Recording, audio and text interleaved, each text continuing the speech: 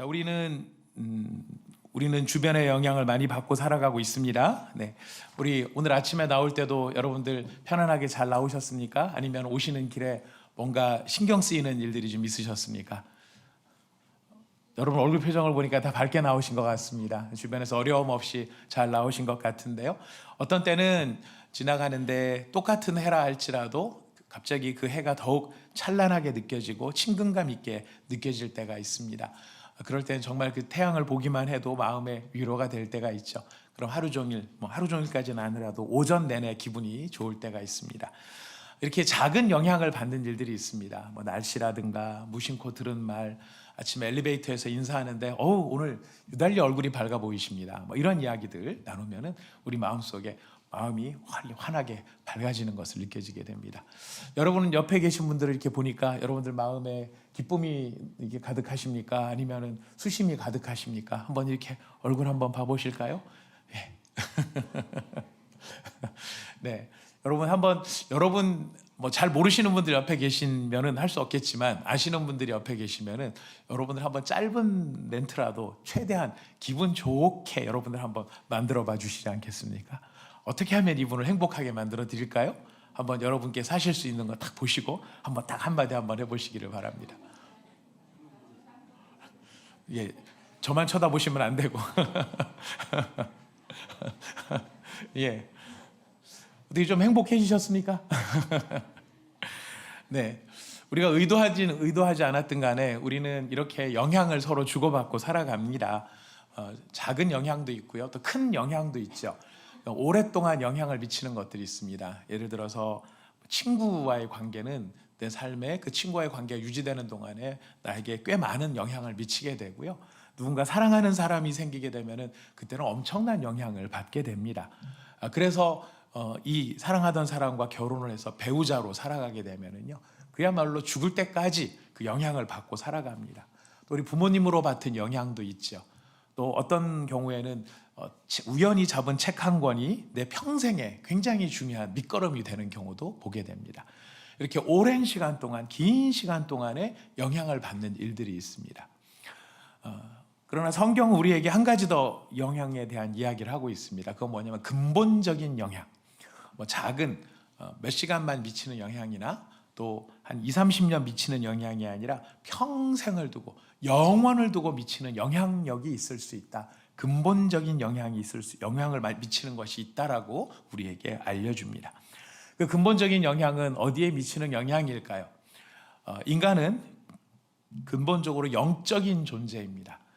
인간은 사람이 느끼든 느끼지 못하든 인정하든 인정하지 아니하든 상관없이요, 인간은 본질적으로 영적인 존재입니다. 나의 영혼, 영적인 존재이기 때문에 그 나의 영혼, 그 영혼이 어떻게 변화하느냐에 따라서 우리는 영원한 변화를 경험을 하게 됩니다. 성경은 때로 사람을 나무로 비유할 때가 많죠. 어떤 나무냐? 사람은 나무 같다. 어떤 나무냐? 그랬을 때 그 나무가 어떤 나무인지를 성경은 열매를 보면 안다라고 이야기합니다. 열매를 보면 안다.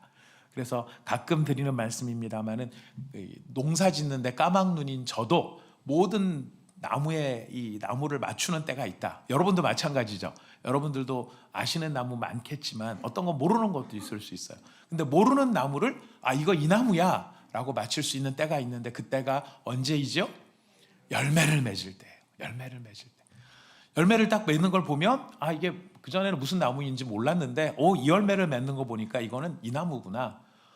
사과를 딱 맺는 걸 보니까 사과 나무구나. 사과를 딱 맺었는데 배나무다. 이런 일이 있을 수가 없는 것이죠. 예.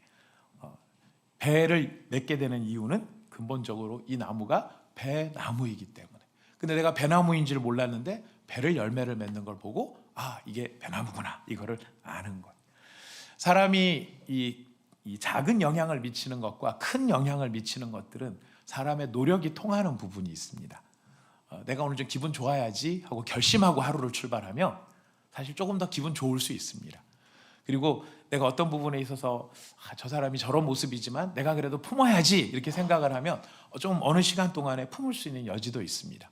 하지만 영혼에 관한 문제는요, 이게 근본 나무가 바뀌지 않으면은 열매가 바뀔 수가 없는 거예요. 무슨 말이냐면 배나무가 생각합니다. 내가 지금 배나무로 태어나 이 시기까지 40년, 50년을 줄창 배만 맺고 살았는데 지겹다. 맨날 어떻게 배냐? 나도 좀 색깔, 컬러풀한 삶을 좀 살아보자. 그래서 컬러풀한 게 뭐가 있습니까? 귤도 있고 뭐 사과도 있고 이렇게 했죠. 그래서 옆 동네 저 멀리 보이는 사과나무를 보면서 나도 좀 뭔가 인생을 바꾸고 싶어. 사과가 되고 싶어. 배나무가 아무리 결심한다고 해도, 아무리 노력한다고 해도 배나무가 사과 열매를 맺을 수가 없습니다. 뭐 노력을 하고 애쓰고 뭐 그냥 사과인 척 하려고 막 애를 써도 안 돼요. 방법은 딱 하나밖에 없습니다. 어떤 거겠습니까? 배나무가 사과나무로 변해야 되는 거죠. 열매를 바꾸려고 애를 써도 아무리 애를 써도 해결이 되지 않습니다. 근본적인 것이 바뀌지 않으면은 그 열매가 바뀌지 않는다라는 거예요.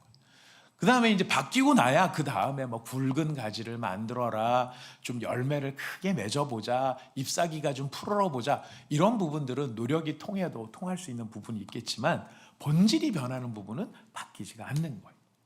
근데 성경은 바로 이런 나무와 같은 사람이 나무와 같아서 열매를 맺게 되는데, 사람이 맺는 열매, 좋은 열매를 맺을까요? 안 좋은 열매를 맺을까요? 우리는 때로 좋은 열매를 맺으려고 애를 쓰지만 성경은 사실 굉장히 이 부분에 있어서는 한치도 우리에게 양보함이 없으십니다.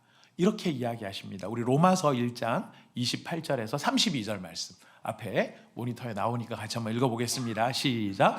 또한 그들이 마음에 하나님 두기를 싫어하매 하나님께서 그들을 그 상실한 마음대로 내버려 두사 합당하지 못한 일을 하게 하셨으니 곧 모든 불의, 추악, 탐욕, 악의가 가득한 자요, 시기, 살인, 분쟁, 사기, 악독이 가득한 자요, 수군수군하는 자요, 비방하는 자요, 하나님께서 미워하시는 자요, 능욕하는 자요, 교만한 자요, 자랑하는 자요, 악을 도모하는 자요, 부모를 거역하는 자요, 우매한 자요, 배악하는 자요, 무정한 자요, 무자비한 자라. 그들은 이 같은 일을 행하는 자는 사형에 해당한다고 하나님께서 정하심을 알고도 자기들만 행할 뿐 아니라 또한 그런 일을 행하는 자들을 옳다 하느니라. 이거 많이 보죠? 자기만 행할 뿐 아니라 다른 사람들한테, 그런 일을 하는 사람한테 야, 사람이 다 그런 거지, 다 그렇게 사는 거지, 그냥 최선을 다하면 되는 거잖아, 최선을 다하면 되는 거잖아, 아이고 괜찮아 이렇게 말하면서 사는 경우도 있고, 더 심한 경우에는 그런 일을 권장하는 경우도 있습니다. 그래서 히틀러가 이 독일을 지배하던 시대에 있어서 훌륭한 독일 군인은 어떤 군인입니까? 유대인을 많이 죽이는 군인이 훌륭한 군인이에요. 살인을 권장하는 겁니다. 학살을 권장하는 겁니다. 이게 너가 나라에 충성하는 거다. 이것이 게르만 민족의 아리안 족속을 세계 모든 족속 가운데 뛰어나게 하는 거다. 너는 옳은 일을 하고 있다. 이렇게 의식을 주입하는 일까지 있었던 것이죠. 자, 여기 많은 열매들, 많은 악이 있습니다. 자, 그러면 이 많은 악을 다 저지른 사람이 사형일까요? 하나라도 저지른 사람은 사형일까요? 어떻게 잘하십니까? 모든 일을 다 저지른 사람만 사형이다, 이게 아니에요. 여기에 수많은 죄가 열거가 되고 있는데 이 죄 가운데 하나라도 지으면 사형인 거예요. 근데 우리는 어떻게 오해를 하느냐면, 나는 이 수많은 죄 가운데 이 죄는 안 졌어, 그러니까 난 너보다 괜찮아. 이 수많은 죄 가운데 나는 이렇게 안 사는데 너는 이렇게 야, 이런 죄를 져? 부끄러운 죄를 파렴치하네, 뻔뻔하네, 이러면서 마치 이 자기가 안 짓는 이 죄를 지은 그 사람이 더 나쁜 사람인 것처럼 생각을 하는 거예요.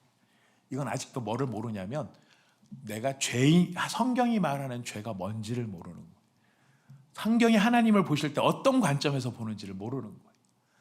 자, 이런 죄인이 특정한 사람만이냐? 로마서에서 바울은, 성경은 그렇지 않다라고 말합니다. 좀 더 본질적으로 인간에 대해서 이렇게 이야기합니다. 로마서 3장 9절부터 18절 말씀까지 우리 천천히 한번 읽어봅시다. 시작. 그러면 어떠하냐? 우리는 나으냐? 결코 아니라 유대인이나 헬라인이나 다 죄 아래 있다고 우리가 이미 선언하였느니라. 기록된 바 의인은 없나니 하나도 없으며 깨닫는 자도 없고 하나님을 찾는 자도 없고 다 치우쳐 함께 무익하게 되고 선을 행하는 자는 없나니 하나도 없도다. 그들의 목구멍은 열린 무덤이요 그 혀로는 속임을 일삼으며 그 입술에는 독사의 독이 있고 그 입에는 저주와 악독이 가득하고 그 발은 피 흘리는데 빠른지라. 파멸과 고생이 그 길에 있어 평강의 길을 알지 못하였고 그들의 눈앞에 하나님을 두려워함이 없느니라 함과 같으니라. 여러분, 이 모습 참 얼마나 적나라한 인간의 자화상인지 모르겠습니다. 우리 스스로가 아마 이렇게 그리는 그림이라기보다는 인간의 이 헐벗고 헌댄하고 병들고 피 흘리고 상처난 인간의 적나라한 모습을 우리 하나님께서 이렇게 디테일하게 그려주시는 것이죠. 근데 하나님의 말씀 가운데 중요한 말씀이 무엇입니까? 유대인이나 헬라인이나 헬라인은 그 당시에 세계 1등 민족이죠. 유대인은 자기네들 나름대로 종교적으로 제일 탁월한 사람들입니다. 아프리카 이런 사람들 아예 될 바도 아니고 아시아 이런 사람 될 바도 아닙니다. 당시의 유대인과 당시의 헬라인은 세계 1등 민족과 세계의 종교 자부심이 가장 탁월한 사람이에요. 근데 그런 인간들이라 할지라도 다 어디 아래 있다고요? 죄 아래 있다. 다 죄 아래 있다. 모든 사람이 죄인이다. 누가 보시는 관점입니까? 하나님이 보시는 관점이에요. 이렇게 다 죄인인 이유는 뭐냐면은 인간의 근본이 무슨 나무라서 그럴까요? 죄의 나무인 거예요. 인간의 본성 자체가 죄의 나무인 거예요. 이 죄의 열매들을 자꾸 맺는 이유는 다른 게 아니에요. 인간 자체가 죄의 뿌리를 가지고 있는 죄의 나무이기 때문에 막 안 맺고 싶어도 안 맺으려고 노력해도 여기서 사이즈는 작을지 모르겠습니다. 안 맺으려고 막 노력을 하니까 호박 여기 있죠. 호박 같은 사이즈 이런 건 아니라 할지라도 맺기는 맺는 거예요. 저기 탱자 같고 요만한 이런 것. 그래 난 작아 이걸로 위안을 삼는 거예요. 나는 호박 같지 않아. 난 작아. 오미자 같아. 성경 같은 뭐라고 말할까요? 겨자씨 같아 이렇게 얘기를 하는 거죠. 그러나 하나님께서 보실 때는 어떻게 보시는 겁니까? 사이즈가 문제가 아니다라는 거예요. 사이즈가 문제가. 호박이라서 문제가 오미자 같다고 문제가 되는 게 아니고 어쨌든 맺은 게 죄의 열매라면 그것은 네가 죄의 나무기 때문에 그렇다라고 이야기를 하시는 거예요. 이게 인간이 가지고 있는 본성입니다. 하나님이 보셨을 때 인간이 이런 본성이에요. 그러니 다 어디에 해당되느냐면 다 사형에 해당되는 그런 죄인들이라는 거예요. 그런데 놀라운 일이 벌어졌습니다. 이 죄인들이 죄인으로 가득한 다 죄인인 사이즈의 차이만 있지 몽땅 다 죄인이었던 이 사람들 가운데 희한한 열매가 맺히기 시작을 한 거예요. 어떤 열매가 맺어졌는가? 오늘 우리가 읽은 본문에 나오는 이야기입니다. 2장 42절부터 47절을 우리 같이 한번 읽어보겠습니다. 2장 42절부터 47절 시작. 그들이 사도의 가르침을 받아 서로 교제하고 떡을 떼며 오로지 기도하기를 힘쓰니라. 사람마다 두려워하는데 사도들로 말미암아 기사와 표적이 많이 나타나나니 믿는 사람이 다 함께 있어 모든 물건을 서로 통용하고 또 재산과 소유를 팔아 각 사람의 필요를 따라 나눠주며 날마다 마음을 같이하여 성전에 모이기를 힘쓰고 집에서 떡을 떼며 기쁨과 순전한 마음으로 음식을 먹고 하나님을 찬미하며. 사람들이 변했어요. 어떻게 변했냐면 앞에 읽은 본문에는 로마서에는 뭐라고 나왔느냐면 사람들이 하나님을 부정하고 하나님이 없다라고 말하고 하나님을 두려워하지도 않았던 사람들이 어떻게 변했습니까? 하나님을 찬미하는 사람으로 변한 거예요. 하나님을 찬미하기 시작하더라. 하나님을 찬미하는 일만 있습니까? 여기 보니까요. 마음을 같이 했다 그래요. 마음을 같이 했다. 제가 저희 집사람하고 결혼할 때 96년도에 결혼을 해서 96년도에 결혼해 지금 2023년까지 살았으니까 저희들도 한 30년 가까이를 살고 있는 것 같습니다. 대략 한 이제 30년 가까이가 되는 거예요. 아마 이 자리에 앉아 계신 분 가운데는 더 오랫동안 배우자와 함께 살아오신 분들도 계시고, 우리 가운데는 또 결혼한 지 뭐 10년 아직 미만인 분들도 계실 겁니다. 여러분들 배우자와 한 마음이 되신 게 언제이십니까? 몇 년쯤 되시니까 배우자 한 마음이 되시던가요?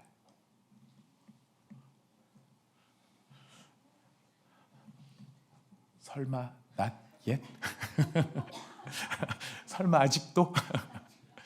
저희 집은 한 마음이 됐습니다. 한 마음이 됐습니다. 저희가 25년쯤 됐을 때, 20년쯤, 25년쯤 됐을 때 기어이 한 마음이 됐습니다. 저희 집 사람이 이겼습니다. 네, 그래서 저희는 한 마음이 됐습니다. 네, 마음을 같이 한다는 것은 참 어려운 일이에요. 배우자로 사는 것만 해도 평생을 같이 죽을 때까지 사랑하겠다, 뭐 검은 머리 팥불이 될 때까지 사랑하겠다, 그런 결심 갖고 시작한 사람들이지만 시작하자마자 우리는 대번에 이게 얼마나 어려운 일인가 하는 것을 알지 않았습니까? 자, 그런데 우리가 이제 교회로 모여봐도 그래요. 교회로 모여봐도 우리가 교회를 처음 나오고 막 신앙생활 처음 할 때는 교회에 있는 분들이, 성도들이 다 천사같이 느껴집니다. 막 그래서 교회만 오면 너무 좋고 성도들 만나면 너무 행복하고 그래요. 자, 그런데 그 비늘이 벗겨지는데 그렇게 오랜 시간이 걸리는 건 아니죠. 다 벗기고 보니까 이게 눈에 뭐 가시가 이게 뭐 가리운 게 탁 떨어지고 나니까 어떤 사람인 걸 다 발견을 해요? 어떤 사람인 걸 발견하셨습니까? 여러분들 교회 처음 나서 목사에 대해서 이게 딱 이게 안경 기대가 딱 사라지고 난 다음에 담임 목사를 보니까 어떻게 보이십니까? 감사합니다, 복노아 집사님. 감사합니다. 예.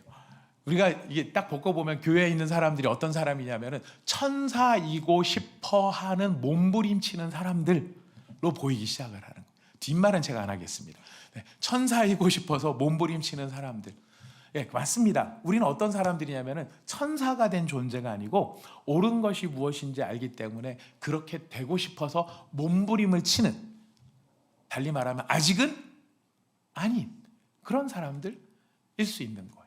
자, 그런데 이 초대교회 이 공동체의 모습은 뭐냐면 마음을 같이 했다, 한 마음이 되었다. 어마어마한 일이 벌어진 겁니다. 엄청난 기적이 일어난 겁니다. 사람들이 서로 한 마음이 되는 거는 달리 한 마음이 되는 게 아니죠. 어떻게 한 마음이 됩니까? 서로를 배려할 때 한 마음이 되는 거죠. 누가 이겨서 누구 한 사람한테로 확 끌렸다는 게 아니고 서로 당신 생각은 어때? 그게 맞는 것 같아. 당신 생각은 어때? 그게 맞는 것 같아. 이게 한 마음이 되는 마음이죠. 내 생각으로 끌어당기는 게 한 마음이 아닌 거죠.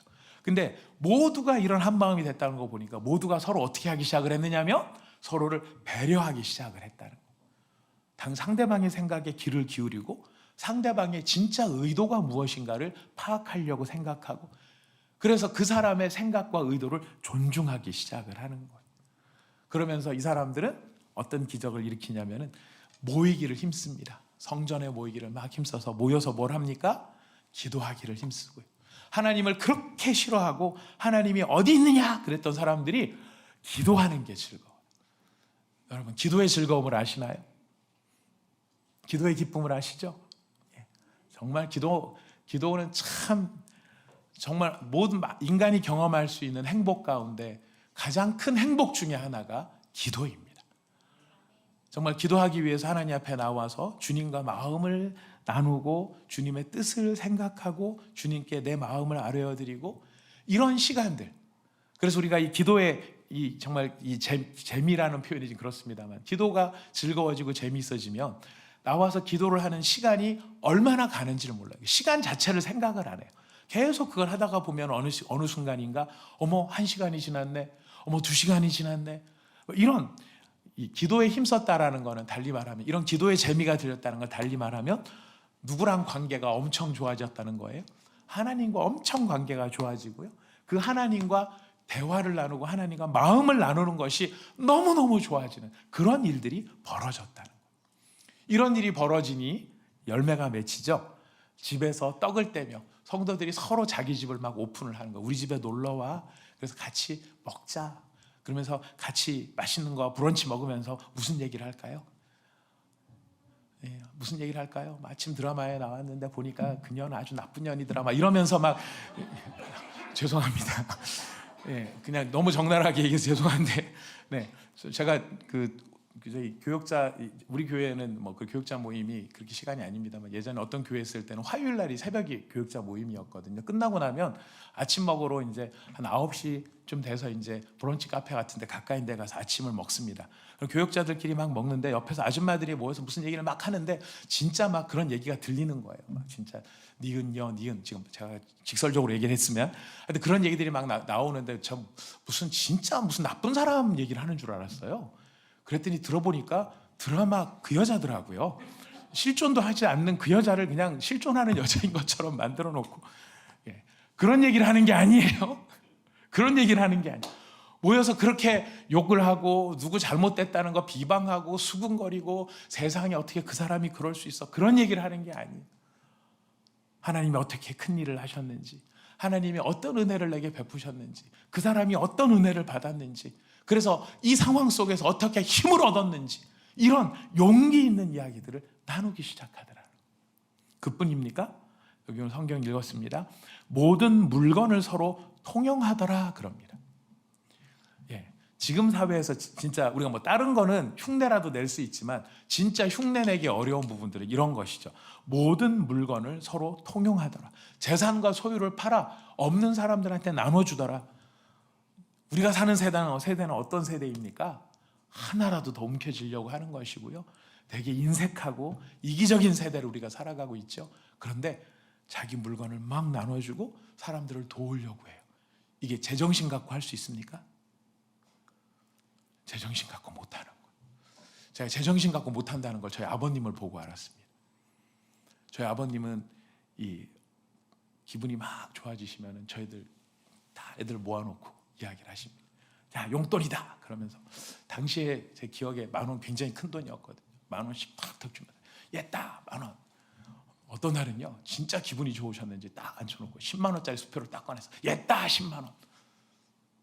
다음날 아침 술이 깨시더니 다 걷어들이셨습니다. 정신이 제정신. 그러니까 뭔가 생각이 다른, 자기를 통제하는 게 다른 게 있었던 것이죠. 근데 이 술 취한 것도 아닌데 나눠주는 게 기쁨이 됐어요. 무슨 뜻일까요? 그 나무가 바뀌기 시작했다는 거예요. 나무가 열매가 다른 열매가 맺히는, 그 막 앞에 이런 열매를 맺히던 사람이 이런 열매를 맺히는 사람으로 변화가 되더라는 거예요. 변화가 됐다는 거예요. 어떻게 그 변화가 일어났는가? 사도행전은 지금 그 변화의 비결을 우리에게 이야기를 해줍니다. 우리 사도행전 2장 38절 말씀을 읽어보겠습니다. 사도행전 2장 38절입니다. 같이 읽어보겠습니다. 시작. 베드로가 이르되 세례를 받고 죄사함을 받으라. 그리하면 성령의 선물을 받으리니. 베드로가 이 초대교회에 이런 열매가 나타난 이유는요, 베드로의 이 설교가 현실로 이루어진 거예요. 어떻게 해요? 회개하라는 말이 무슨 말입니까? 하나님께로 돌이키라라는 거예요. 하나님을 떠나 있었던 사람들한테 회개하라, 유턴하라, 이거 유턴하라. 너희의 삶을 지금 네가 원하는 대로 네가 주인이었던 삶에서 쭉 직진해서 갔는데 그거 지옥으로 가는 길이다. 유턴해라. 그게 회개하라는 말이에요. 하나님께로 돌아오라. 하나님께로 돌아와서 그 다음에 어떻게 하라고요? 예수 그리스도의 이름으로 세례를 받고 죄사함을 받으라. 여러분, 세례의 가장 중요한 뜻은 죄를 씻는다라는 뜻과 더불어 다시 태어난다라는 뜻도 있어요. 우리 장로교에서는 세례를 이렇게 물을 찍어서 이렇게 죄를 씻는다 이런 의미에서 세례를 주지만은 침례교회에서의 세례는 조금 더 메시지가 좀 적나라하죠. 침례교회에서는 침례를 합니다. 침례는 이 목욕탕 같은 큰 탕에 목회자가 들어가 있어요. 반쯤 허리까지 오는. 그리고 이 침례를 받는, 세례를 받는 이 사람을 이렇게 눕힙니다. 이 사람 이렇게 하고 있으면은 딱 눕혀서 물에다가 푹 집어넣었다가 다시 딱 옮기죠. 무슨 의미입니까? 죽었다가 살아난다, 다시 태어난다, 이런 의미가 있습니다. 저는 메시지로서는 이 침례교회 메시지가 굉장히 참 이렇게 드라마틱하다고 생각을 합니다. 적어도 침례를 받는 사람이 나 물에 빠졌다가 다시 나타나는 거야, 이런 것이 아니고 내가 옛사람은 죽고 내가 다시 물에서 올라올 때는 새 사람이 되었다. 여러분, 이것이 세례를 받는다라는 말 속에 담겨 있는 것입니다. 근데 세례를 받는 것은 어떤 의미에서 세례냐면, 내가 죄인으로서, 죄의 나무로서 가지고 있었던 내가 죄의 나무는 죽고 이제부터는 예수님으로 말미암아 의의 나무로 다시 살아납니다. 바로 이것이 세례를 받고 죄 사함을 받는다라는 말 속에 들어있는 것이. 그래서 우리가 예수님을 믿으면은요, 새 사람이 되는 거예요. 새 사람이 되는데 그냥 형식만 새 사람이 되는 게 아니라 새 사람이 될 수 있는 결정적인 역할이 있습니다. 그게 무엇이냐면 성령을 선물로 받는 거예요. 내 안에 새 영이 들어오는 거예요. 내 안에 새로운 영이 들어오는 거예요. 내 안에 나의 영혼 안에 새로운 영이 들어오는 거예요. 그 새로운 영이 성령이신데요, 우리 이 부분에 대해서 성경 로마서 6장 22절 23절 우리 자막에 나옵니다. 같이 읽어보겠습니다. 시작. 그러나 이제는 너희가 죄로부터 해방되고 하나님께 종이 되어 거룩함에 이르는 열매를 맺었나니 그 마지막은 영생이라. 죄의 삭은 사망이요 하나님의 은사는 그리스도 예수 우리 주 안에 있는 영생이니라. 영생이니라. 예수를 믿게 될 때 이런 영생의 열매를 맺기 시작을 하는데, 이유가 뭐냐면 성령이 우리 가운데 오시기 때문이다. 성령이 오셔서 우리의 영을 새롭게 하시는. 여러분, 성령은 성경에 보면 예수님의 영을 성령이라고 말합니다. 그리고 우리가 예수를 믿는다, 그것을 성경에 보면은 내가 예수 안에 들어간다, 혹은 또 표현이 거꾸로도 있어요. 예수님이 내 안에 들어오신다, 이런 표현도 있어요. 그리고 예수님이 내 안에 들어오셔서, 혹은 내가 예수님 안에 들어가서 살면서 예수님과 내가 하나가 된다, 그런 얘기를 해요. 금방 이해가 되십니까? 아멘. 네. 아멘 하시는 분들은 이해가 잘 되셔서 감사합니다. 저는 참 요거를 실전적으로 이해가 잘 안 되는 면이 있더라고요. 무슨 말인지 감은 잡히는데, 내가 예수 안에, 예수가 내 안에, 굉장히 멋진 말인데 이게 도대체 어떤 느낌일까? 왜냐하면 나는 여전히 나 혼자인 것 같고, 내가 예수 안에 있다고 하는데 내가 뭐지? 이런 생각들이 좀 들 때가 있었습니다. 비유적으로 생각하니까 의미가 조금 더 이해가 됐습니다. 여러분, 운전하시는 분들은 잘 아실 겁니다. 내가 차 안에 타죠? 차 안에 탑니다. 차 안에 들어갑니다. 차 안에 들어가서 여러분 막 운전을 하시다가 보면 어떤 때 사고가 날 때가 있어요. 어떤 차가 와서 내 차를 받았어요. 그러면 뭐라고 표현하죠? 어쭈, 내 차를 받아? 이렇게 표현합니까? 안 타서 잘 모르십니까? 운전 다 해보시면 딱 받으면 대번 튀어나오고, 나를 받아? 이렇게 얘기가 나와요. 운전은 내가 하고 있고 이 사람은 받은 게 나를 받은 게 아니라 뭘 받았어요? 내 차를 받았는데 나는 어떻게 의식하냐면은 나를 받아 이렇게 느끼는 거예요. 내 차하고 나하고 그 순간에는 혼연일체로 느끼는 거죠. 내가 운전을 하고 있지만 분명히 다른 존재이지만 내가 그 차를 운전하는 동안에 그 차는 나와 혼연일체로 느끼는 거예요. 우리가 예수 안에 들어가잖아요. 마치 비유를 하자면 그런 거예요. 차를 타듯이 예수 안에 타는 겁니다. 그럼 우리가 그 차 안에 타 있으면은 차의 여러 이 시설들을 느끼잖아요.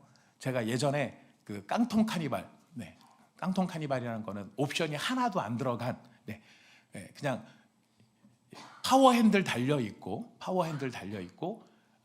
그냥 이거 이렇게 에어컨 나오고 요 정도만 되어 있는 그런 카니발을 타다가 제가 이 다른 신형 카니발을 타게 됐습니다. 그랬더니요, 신세계가 벌어지더라고요.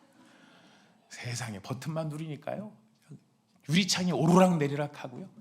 심지어는 나오지도 않아도 돼요. 어플리케이션에 스마트폰으로 미리 시동을 걸어놓으면은 엉뜨라고 그러죠. 저희 집 애들은 엉뜨라고 얘기해요. 엉덩이 따끈따끈하게 해주는. 열선 들어오지요. 여름 되면은 엉시, 그래서 에어컨 나오지요.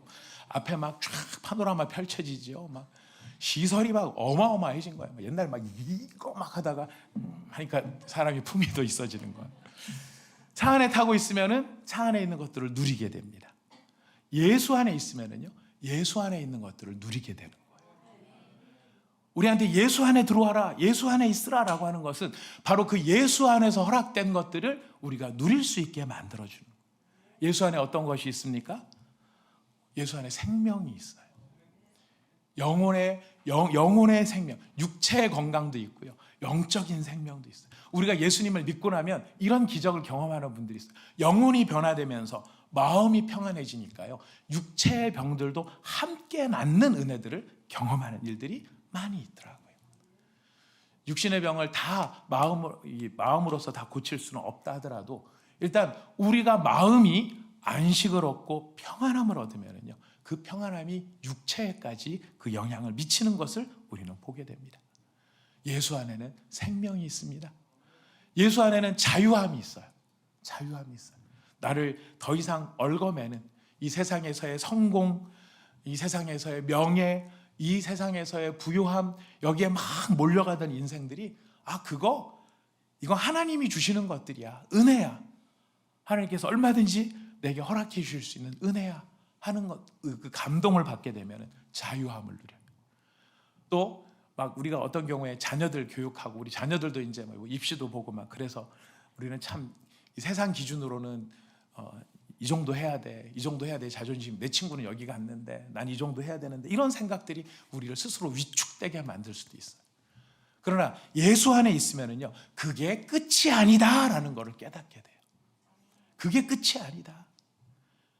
하나님께서는 그게 끝이 아닌 인생을 만들어 가신다. 요셉이 팔릴 때, 요셉이 보디발의 아내 문제 때문에 왕의 감옥에 갇힐 때 마치 그걸로 인생이 끝나는 것 같았지만, 하나님의 스케줄표에는요, 그게 끝이 아니다, 더 긴 게 있다. 그걸 깨달을 때 자유함을 느끼기 시작합니다. 예수 안에 있는 자에게 자유함이 있는 거예요. 예수 안에는 보호하심이 있어요. 여러분, 개인적으로 이렇게 드라이브를 하다가, 차를 몰고 가다가 어느 때 좀 뭔가 이렇게 좀 안도감이 생길 때가 있느냐면, 밖에 막 소나기가 막 몰아치고 비바람이 몰아치는데 차 안에 딱 들어있으면은 뭔가 좀 안전한 느낌이 들고 보호받는 느낌이 들어요. 밖에 막 바람이 막 불어서 저쪽에 막 사람들이 우산 뒤집어지고 그러는데 차 안에 있으면서 춥겠다 막 이러고 지나가면 뭔가 보호받는 느낌이 있어요. 예수 안에서 예수님 안에서 느끼는 보호하심이 우리 가운데 있다는 거예요. 인생의 비와 풍랑과 거친 바람에서 우리를 보호하시는 게 누구 안에 있다고요? 예수 안에. 이것이 우리가 예수 안에 있다라고 했었을 때 느끼는 은혜라고 한다면, 이제는 예수님이 내 안에 들어오신다라고도 표현을 하죠. 이것도 역시 차로 비유해 보니까 또 재미있게 우리가 이해할 수 있겠더라고요. 거꾸로 입장을 바꿔놓는 겁니다. 내가 차고 예수님이 운전수가 되는 거예요. 예수님이 제 안에 타시는 거예요. 여러분, 그거 아십니까? 똑같은 차인데요, 운전수가 달라지면 차 성능이 바뀌는 거 아세요? 똑같은 차예요. 똑같은 차예요. 근데 초보 운전자가 타면 20km를 못 넘어가요. 그런데 레이서가 타면은요, 그 차가 날아다녀요. 중요한 게 뭐냐? 운전수가 누구냐라는. 예수님이 내 안에 들어오신다는 것은 예수님이 내 삶을 통치하시고 내 삶을 다스리시고 예수님께서 내 나라고 하는 인생을 운행하시는 거예요. 그러면 내가 주인이 돼서 내가 막 운전을 할 때는 그냥 여기 부딪히고 저기 부딪히고 막 내 마음대로 가면 내 마음대로 살 것 같았는데, 내 마음대로 살다 보니 차도 엉뚱한 데 가기도 하고요, 안 가야 될 때 가기도 하고요, 내 잘못 운전해갖고 차가 퍼지기도 하고요, 이랬는데 예수님이 내 삶에 들어오셔서 내 삶의 운전수가 되어주시니까요, 내 삶 속에서 이전에 있는지도 몰랐던 것들이 막 나타나기 시작을 하는 거예요. 지혜와 명철이, 나한테 이런 머리가 있었어? 나한테 이런 감성이 있었어? 예수가 내 안에 계셔서 나를 운전하시니까 내 안에서 이런 지혜와 명철이 생겨나요. 사람이 꿈과 소망이 생기기 시작합니다. 예수 안에 있으니까. 예수 밖에 있을 때는 나밖에 몰랐어요. 나밖에. 그런데 예수 안에 들어오니까 그게 아니더라라는 것을 발견을 하게 됩니다. 제가 이번 주 중에 몇 개 좀 모임이 있어서 다녀왔는데, 우리 광야, 우리 교회랑 친밀하게 지내는 광야가 있어요. 광야 공동체가 있는데 그 광야 공동체 후원 이사회가 있었습니다. 우리 교회가 그 이사교회 중에 하나라서 제가 대표자로 이사회의를 참석을 하고 왔어요. 근데 거기에 갔더니 이게 그 홍정길 목사님께서 지으신 은퇴 선교사님들을 위한 공동체가 있더라고요. 가평에, 경기도 가평에. 근데 거기에 예배당이 있는 거예요. 예배당 가보고 야, 우리 교회 성도님들 다 모시고 여기 한번 꼭 와야 되겠다 이 생각이 들었어요. 거기 가보니까 이렇게 유리가 강화 플라스틱 같은 그런 외형을 쌌는데 그 외형 안에 이 천장을 통나무를 가지고서 얇게 길게 해가지고 이렇게 지붕을 이렇게 만들어 놨어요. 근데 그 지붕을 만들어 놓은 나무가 블라디보스토크 연해주에서 온 홍송이에요. 홍송을 가지고 만들었어요. 근데 이 나무를 기증을 했어요. 누가 기증을 했나 봤더니 어떤 그 나무를 전문적으로 취급하는 사람이 나무를 기증했는데 이 사람이 예수를 안 믿는 사람이 교회 예배당 지으라고 나무를 기증을 한 거예요. 왜 기증을 했나 봤더니 이 사람의 어머니가 기도하는 어머니였어요. 기도하는 어머니가 오래전부터 기도를 하면서 이 아들, 딸들을 축복을 했는데 이 집안이 뭐 사연은 정확히 모르겠어요. 하여튼 저도 정확히 뭐 그 집안 사정을 제가 어떻게 다 알겠습니까만은 결론적으로는 이 아이가 어렸을 때 집을 가출을 하고 가출했다가 혼자 산전수전 다 겪으면서 성공을 하고 그래서 다시 집으로 들어와서 모든 가족이 합쳐졌는데 이 사람은 자기가 이렇게 성공한 게 자기가 잘나서 성공한 줄 알고 있었다가 새벽 4시만 되면 어머님이 사라지고 안 보이시고 그래서 솔직히 새벽 4시에 어머니가 어딜 가나 몰래 어머니를 따라가 봤더니 어머님이 새벽 기도를 하러 가신 거예요. 어머님 새벽에 무슨 기도 하나 들어봤더니 자기 이름을 부르면서 우리 아들 하나님 보호해 주시고 지켜주시고 40년 50년 넘는 시간을 아들을 위해서 기도해 주시는 그 기도가 있었다라는 걸 이 아들이 깨달은 거예요. 그래서 자기가 성공한 게 자기 성공이 아니라 보이지 아니하는 하나님의 은혜가 있었고 그 하나님의 은혜는 어머님의 기도가 있었던 것이다 라는 사실을 깨달은 거예요. 그래서 그 깨달음 속에 은혜를 받고 이 예수님을 영접하는 계기가 된 거죠. 그래서 이때까지 자기 막 나무 해가지고 엄청난 떼부자는 목욕탕에서 떼부자가 되죠. 이 사람은 나무 부자였는데 돈 부자였는데 엄청난 부자였는데 예수님이 자기 삶의 주인이 되시고 보니까 내 삶이 이렇게 가서는 안 되겠구나. 세상 성공 위해서 가서는 안 되겠구나. 운전자를 바꾼 거예요. 예수님이 내 안에 들어오신 거예요. 성경은 이걸 아주 이렇게 너무 멋지게 표현합니다. 우리 사도행전 읽진 않았지만 2장 16절부터 21절까지 우리 같이 한번 읽어보겠습니다. 시작. 이는 곧 선지자 요엘을 통하여 말씀하신 것이니 일러스되 하나님이 말씀하시기를 말세에 내가 내 영을 모든 육체에 부어주리니 너희의 자녀들은 예언할 것이요 너희 젊은이들은 환상을 보고 너희 늙은이들은 꿈을 꾸리라. 그때 내가 내 영을 내 남종과 여종들에게 부어주리니 그들이 예언할 것이요 또 내가 위로 하늘에서는 기사를 아래로 땅에서는 징조를 베풀리니 곧 피와 불과 연기로다. 주의 크고 영화로운 날이 이르기 전에 해가 변하여 어두워지고 달이 변하여 피가 되리라. 누구든지 주의 이름을 부르는 자는 구원을 받으리라 하였느니라. 아멘. 자, 이게 무슨 말일까요? 내가 내 영을 모든 육체에 부어준다. 하나님께서 하나님의 사람들에게 하나님의 영을 부어주시는데 영을 부어주니까 어떤 증상이 생겨납니까? 자녀들은 예언할 것이요 젊은이는 환상을 보고 늙은이는 꿈을 꾸리라. 딴 얘기가 아니에요. 다 사실 같은 이야기들입니다. 예언이나 환상이나 꿈은 다 같은 얘기예요. 무슨 뜻이냐면 이 세상이 전부인 줄 알고 이 땅이 전부인 줄 알고 내 눈에 보이는 게 전부인 줄 알고 살았던 사람들이 하나님의 영이 임하니까 비로소 무엇을 보기 시작을 합니까? 내가 육체의 눈으로 알 수 없고 내 세상의 관점에서는 볼 수 없었던 다른 세계가 보이기 시작을 하더라는 거예요. 다른 영역이 보이기 시작을 하더라는 거예요. 다른 꿈을 꾸기 시작을 하더라는 거예요. 뭐가 임하니까요? 성령이 임하니까. 성령이 임하시니까 다른 것을 보고 다른 세계를 보고 이게 전부인 줄 알았던 이게 전부가 아니라 그걸 넘어가는 더 놀라운 세계가 있다는 것을 경험하게 되는 거예요. 성령이 임하시니까 예수를 믿게 되니까 예수가 내게 임하시게 되니까 나무가 바뀌는 거예요. 나무가. 여러분, 이런 은혜 누가 받을 수 있는 것일까요? 누가 받을 수 있는 것일까요? 우리 이 사도행전 말씀 하나 읽고 누가복음으로 넘어가겠습니다. 누가 이런 일들을 경험할 수 있느냐? 사도행전 2장 39절 말씀 읽어보겠습니다. 시작. 이 약속은 너희와 너희 자녀와 모든 먼데 사람 곧 주 우리 하나님이 얼마든지 부르시는 자들에게 하신 것이라 하고, 얼마든지 부르는 모든 사람들한테 다 이 은혜를 주시겠다. 이 얘기가 왜 중요하냐면은 이때 너희는 누구냐면 유대인들이었어. 이때 당시에는 그 유대인들은 우리만 구원받았어, 우리만 최고야 이렇게 생각했던 사람들한테 아니다, 너희도 이런 은혜를 받지만 먼 데 있는 사람, 땅 끝에 있는 사람이라 할지라도 얼마든지 하나님께서는 부어주실 수 있다. 중요한 건 무엇일까요? 다 부어주실 수 있는데 그럼에도 누가 받을 수 있는 걸까요? 우리 누가복음 11장 9절 10절 13절까지 읽어보겠습니다. 누가복음 11장 9절부터 시작.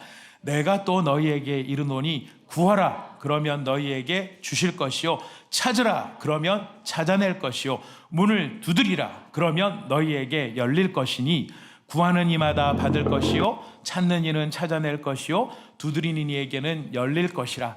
너희 중에 아버지 된 자로서 누가 아들이 생선을 달라 하는데 생선 대신에 뱀을 주며 알을 달라 하는데 전갈을 주겠느냐? 너희가 악할지라도 좋은 것을 자식에게 줄 줄 알거든 하물며 너희 하늘 아버지께서 구하는 자에게 성령을 주시지 않겠느냐 하시니라. 아멘.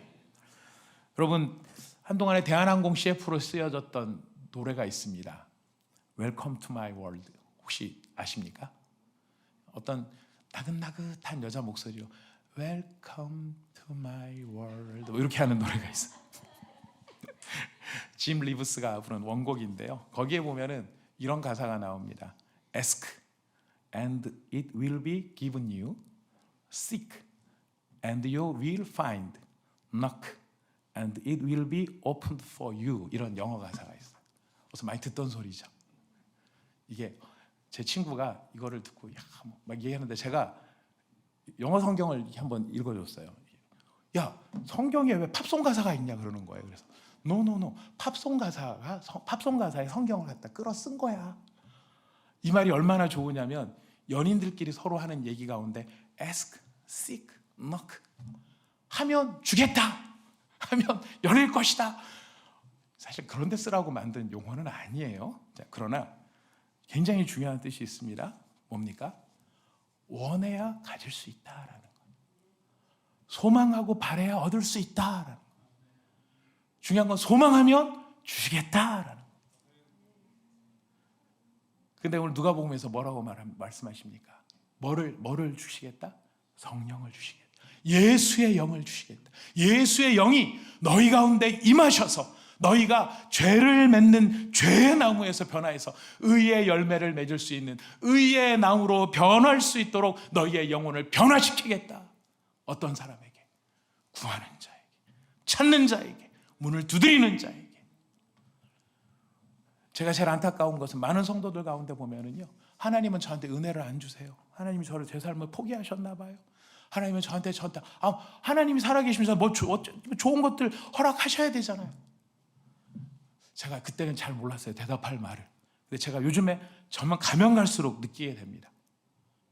진짜 구애는 보셨나요? 진짜 간절하게 원해는 보셨나요? 그 일에 대해서 잠을 못 잘 정도로 간절히 하나님 앞에 사모해 보셨나요? 내가 밥을 안 먹으면 안 먹었지 이거를 반드시 바꿔야 말겠다라는 그런 간절함으로 주님을 찾아보신 적이 있으신가요? 여러분, 그렇게 해보시기를 바랍니다. 주님이 응답하십니다. 주님이 갚아주십니다. 반드시 주님이 역사해 주십니다. 하나님의 약속일 뿐만 아니라 수많은 성도들의 간증이 있는 것입니다. 이 예수님, 이 예수의 영, 우리가 예수님 우리를 이렇게 오셔서 내가 예수님 안에 들어가고 예수님이 내 안에 들어오셔서 내 삶의 운전수가 되어주시는 그 예수님, 그냥 김씨 아저씨가 아니에요. 예씨 아저씨가 아닙니다. 어이 김씨 어디 좀 가지, 이런 아저씨가 아니에요. 예수님은요, 모든 왕들 중에 가장 뛰어난 왕이십니다. 모든 권세자 가운데 가장 권세가 높으신 분이십니다. 모든 거룩하고 순결하신 분들 가운데서 가장 탁월하신, 가장 순전하신 분이 예수 그리스도이십니다. 예수 그리스도는 한 사람의 죄인, 죽을 수밖에 없는 그 죄인을 향해 긍휼히 여기시고 그를 건지시기를 기뻐하시는 분이십니다. 그런 마음만 크신 분이 아니라 능력도 크신 분이십니다. 믿음을 따라 응답하시는 놀라우신 분이십니다.